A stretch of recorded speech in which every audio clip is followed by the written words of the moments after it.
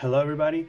In this video I want to talk to you about my experience with alcohol and how I have gotten it under control. So I hope this video helps you in getting your alcohol under control. And first I want to start off with the background. The background basically consists of thinking that by having a day, for example, where you drink excessively, like let's say today, there's a party, you said you weren't gonna drink anymore, but you end up drinking one beer, one becomes two, then three, then four, and then before you know it, you're drunk. And the next day, you're waking up with a hangover, you feel horrible, you have the moral hangover, as they call it, la cruda moral in Spanish. You don't know what you did, you don't know what you said, you know, you're embarrassed, maybe there was a problem. It's a disaster, right? So that day when you wake up hungover, you tell yourself, what? You're never going to drink again, right? I'm never going to drink again, okay? And you make this effort to never drink again. Maybe it lasts a couple weeks, a couple months, right? But what happens? You eventually drink again, right? Same thing, it's the same recipe, it's the same formula, right? You say you're never going to drink, you know, some time passes, weeks, months, maybe even years, and then you drink again, right? And then you tell yourself again you're never going to drink again, some time passes and you drink again, right? This cycle is horrible. It makes you suffer a lot. I was in this cycle for basically like the better half of my 20s, right? Like, well, basically all my 20s. I'm in my 30s now, but in my 20s, I would tell myself this. I would tell myself, I'm not gonna drink anymore, right? I'm done. And then party with friends, drink again, right? And then the next day, the same thing. I'm never drinking again. You feel so horrible, so bad. And then, a week passes by, it's the weekend again, and drink again, right? This cycle, this vicious, toxic cycle, is very hard to break. I haven't broken this cycle. I'm not saying I am. I'm just going to tell you where I'm at in my progress. Because again, like, alcohol is not bad, right? What's bad about it is what we think about it, right? And Alan Carr explains this in his book, How to Quit Drinking, which I recommend it. He explains this concept of, like, what's the best drink, right? Like, let's say in the night you have like 20 beers. What is the best drink? Well, obviously the first drink, right? The first drink is refreshing. It's like, right? And he goes into how that really isn't it. Like, it's not really that it's refreshing, because like, alcohol takes a while to get into your bloodstream and you don't even feel that sensation until like afterwards. So it's like all psychological. And how the last drink, you don't even remember the last drink, right? So he makes this emphasis on like enjoying, right? Obviously the book, I haven't finished it, but obviously the book talks about how to quit drinking, like, altogether. But I'm like halfway through it, so maybe I'm halfway through the process, I don't know. But anyway, to not make a long story short, like, recently what I've been doing and what's really worked for me is like this formula where I don't stop drinking. Like, I don't say I quit and then I drink again, like in a couple weeks or months, right? And then I say again I'm not gonna drink. And no, like, what I do now is I buy myself a 12 pack of beer, right? And for me specifically, it's light beer, right? Because the other type of beer it just gives me like more of a headache the next day. And yeah, you could say lightweight, whatever. You can choose whatever you want. Choose your poison. But, like, look for a quantity that is going to help you, like, not go overboard, right? So this is the first thing that I'm doing. Like, I give myself a 12 pack, and do I sometimes want more? Sure. But that's enough. Like, a 12 pack is good. Like, I'm good. I've enjoyed my night, and after that, there's been times when I get to like 9 beers, 10 beers, 11 beers, I don't even finish the 12 pack. There's been other times when I've left beer left over from like weekends before, and then I drink like up to maybe 15 or so, but that's like the limit. But that's only if beer is in my refrigerator in my house, if it's available. See, the secret here is you never go out to buy more beer, right? Like you buy a 12 pack, let's say during the week, and you leave it in your refrigerator or that day in the morning, and then in the afternoon you set a time, right? Like I'm gonna start drinking at 4, at 5, at 6 p.m., right? More or less. And you start drinking, you know, as you usually do. Like you start drinking your beers, talking with people, whatever, you know, listening to music, watching videos, doing what you do, right? Relaxing, watching TV, whatever. And yeah, that's like your limit, 12 beers, right? Now, there's another very important element here that I want to discuss, which is the social factor. The social factor is huge, because I think if you drink with people, like let's say at bars or at parties where you can just keep ordering more and more alcohol, it's harder to do that. You're not gonna do that. You don't have any self-control, especially when there are other people there egging you on, right? Like let's say you've already drunk your 12 beers at a party or at the bar with friends, you know, and you're like, I'm done, I'm good. And they're like, come on, more shots, you know, and they get all crazy. And you're like, you know, so I think in order to do this, you really have to do it alone.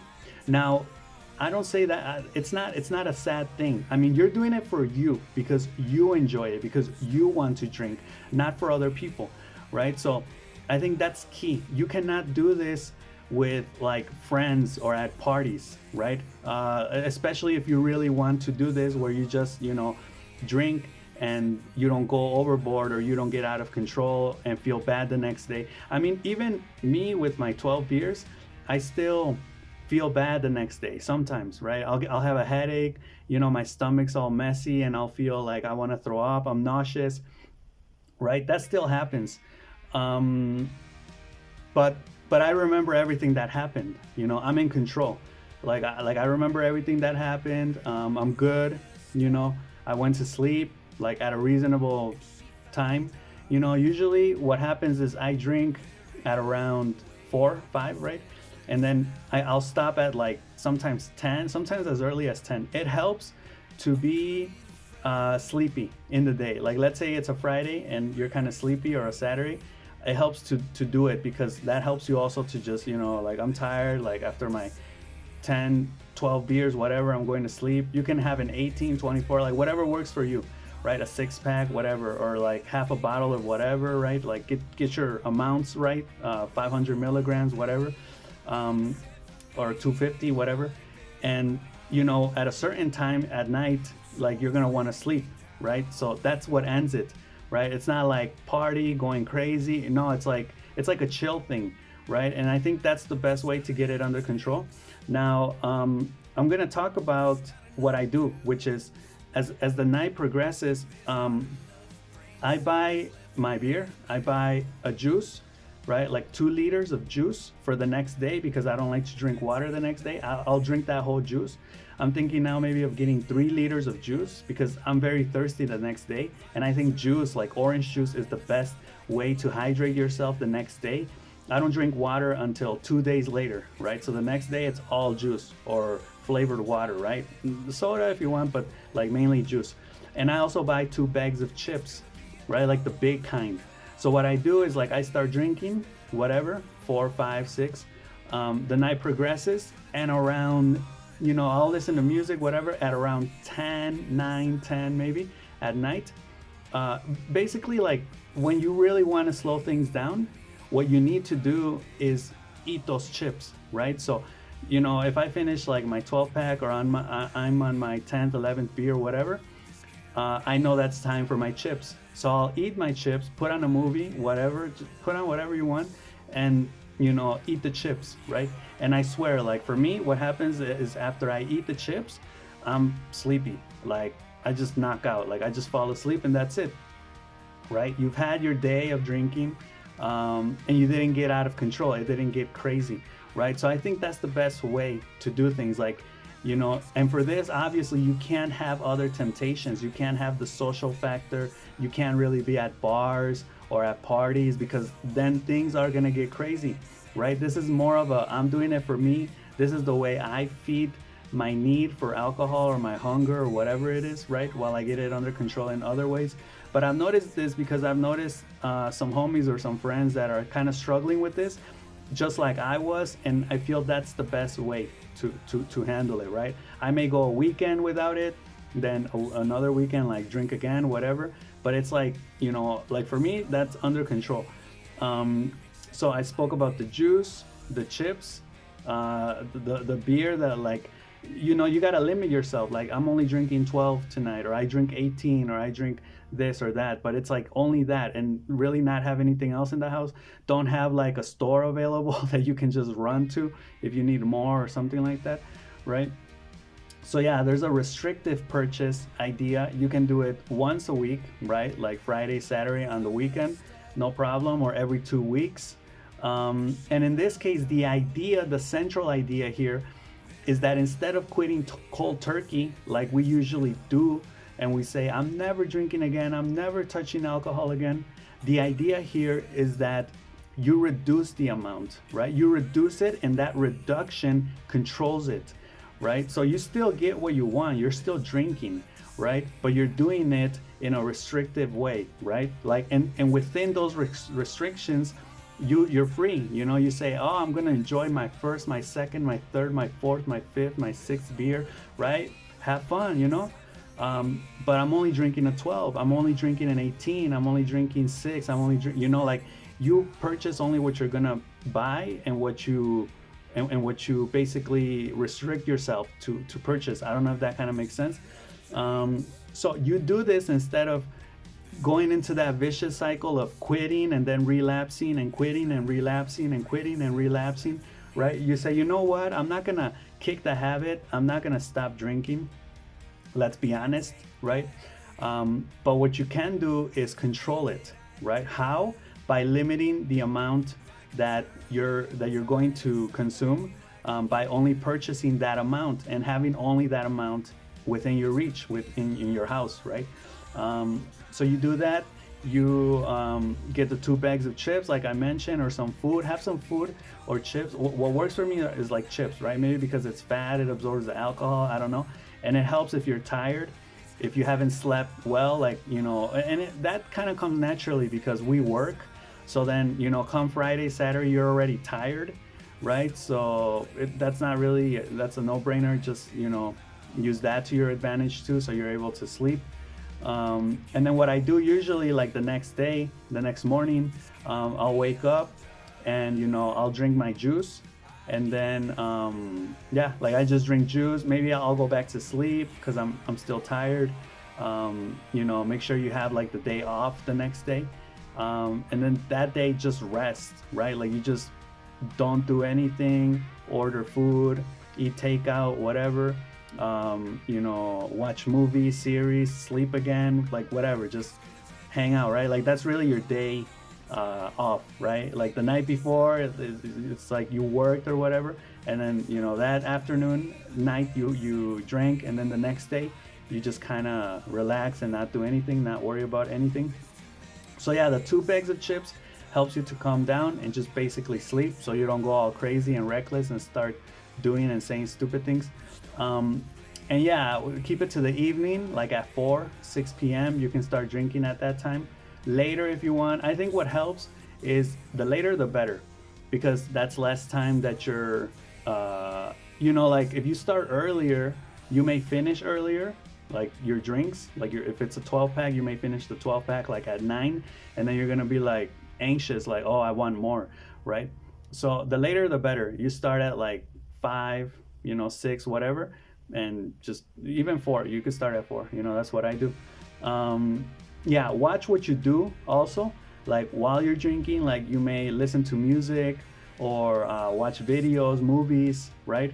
And in this case, well, you could say you're allowed to smoke cigarettes. I think cigarettes are like a stamp, excuse me, from the old days when, you know, we were young and we used to just go out and drink and whatever, you know, and people were smoking cigarettes. So that's also a good thing. Well, it's not a good thing, but it gives you like a little buzz, extra buzz. So, I mean, that's fine.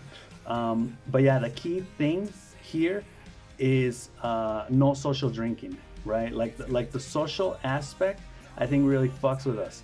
That's the main thing because I've seen myself in social circles. Like when I'm drinking with people, I tend to get, and it's not because of temptation. It's just simply like you're in a euphoric feeling, right? You're with people. You're like, oh my god, like, you know, friends talking, chatting. Everyone's having a good time. Everyone's sharing stories. You never want that moment to end, right? So you just keep drinking, and then eventually you get crazy, right? So you know, that is a problem because if you were to ask me then, but you know, every time I drink, I'm with friends or family, or I live with my friends, I live with my family, you know, or I don't like to drink alone. Like, what the hell am I gonna do drinking alone? Like, watch videos? That's stupid. Then I don't know what to tell you, you know, I haven't figured that part out. Um, because again, you're gonna have more alcohol available, right? Especially if you're out. I mean, it's super easy to just walk into a store or a bar at night and just order more, you know, like no problem. Um, so yeah, that's gonna be a problem. But this solution, which I'm talking about, how to control your drinking, works more in terms of like satisfying yourself, kind of like masturbation, right? Like it's an idea for you, right? You're doing it only for you, right? So you could say, well, I like being with my friends, you know, or I only drink when I'm with my friends, right? Yeah, then that's kind of problematic because you can try to do this maybe, like, you know, and maybe in our economy nowadays it may work. I mean, let's say you're at a house party and then, you know, it's a BYOB, bring your own beer, and you know, if you finish your beer, that's it, right? But again, I think you gotta time it too, right? Because I've tried all sorts of things. I've tried like drinking a glass of water per beer, right? Well, those are like techniques to not get a hangover, but I haven't really broken it down. I think the main thing to not get a hangover the next day is to be well hydrated and well fed before you start drinking. So the day, like in the morning, the day or the days before you drink, you know, drink water, make sure you're hydrated, eat well, right? Because I guess I'm not really sure how that connects, but I asked ChatGPT about that, but it connects with the next day after drinking, right?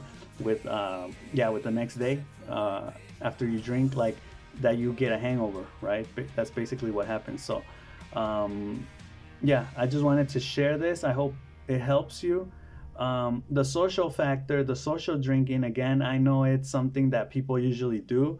You know, you could say, well, that's sad and depressing drinking by yourself. But I mean, if it's what you want to do, right, then just do it.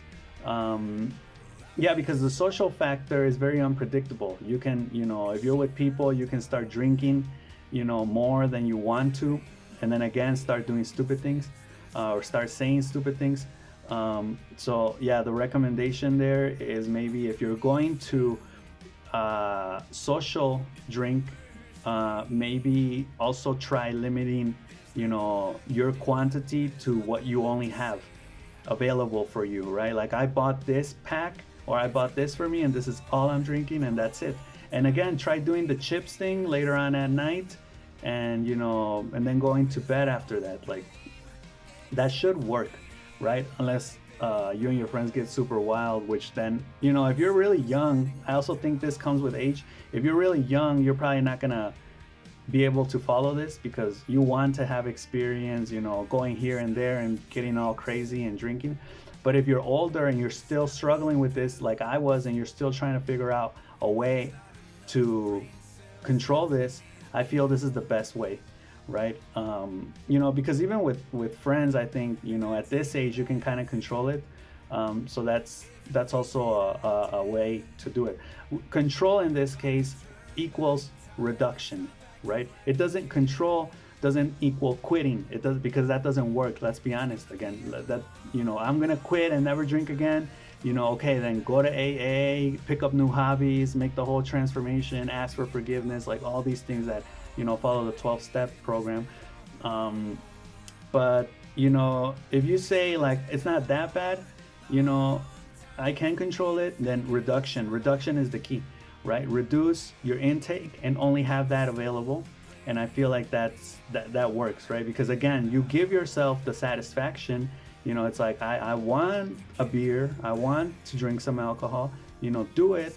You know, but like they say, John Mulaney said this, but do it in the house, right? Like, so yeah, like control it, right? In that case, like reduce it, not reduce it, but like it's not reduction because it's not like, you know, you're doing it, well, you are doing excessively, but when you do it excessively, you don't even know how much you're drinking. So in this case, the reduction refers to knowing like where the limit is, right? Which I think like people that don't get crazy have that limit. Like they probably say like, oh yeah, like I drink 6 beers and that's it, like I'm good, right? Because then I start to get dizzy or woozy or nauseous, and it's like, yeah, I don't really know what that's like, but you know, because we're other types of drinkers, we're hard drinkers, whatever. So in order to do that, like, you know, find your drink, right? Find your drink limit, and that drink limit usually should represent a limit between being conscious, aware, and then being unconscious, right? That's kind of like where that limit is. So find that limit, and then only, you know, you can physically buy that limit, you know, 12 beers, whatever, and you're good, right? So I hope this video helps. That's all I got for this one. Let me know if you want me to share anything else about my procedure or what I do here. And that's all I got for this video. So I'll see you in the next one. Okay, peace.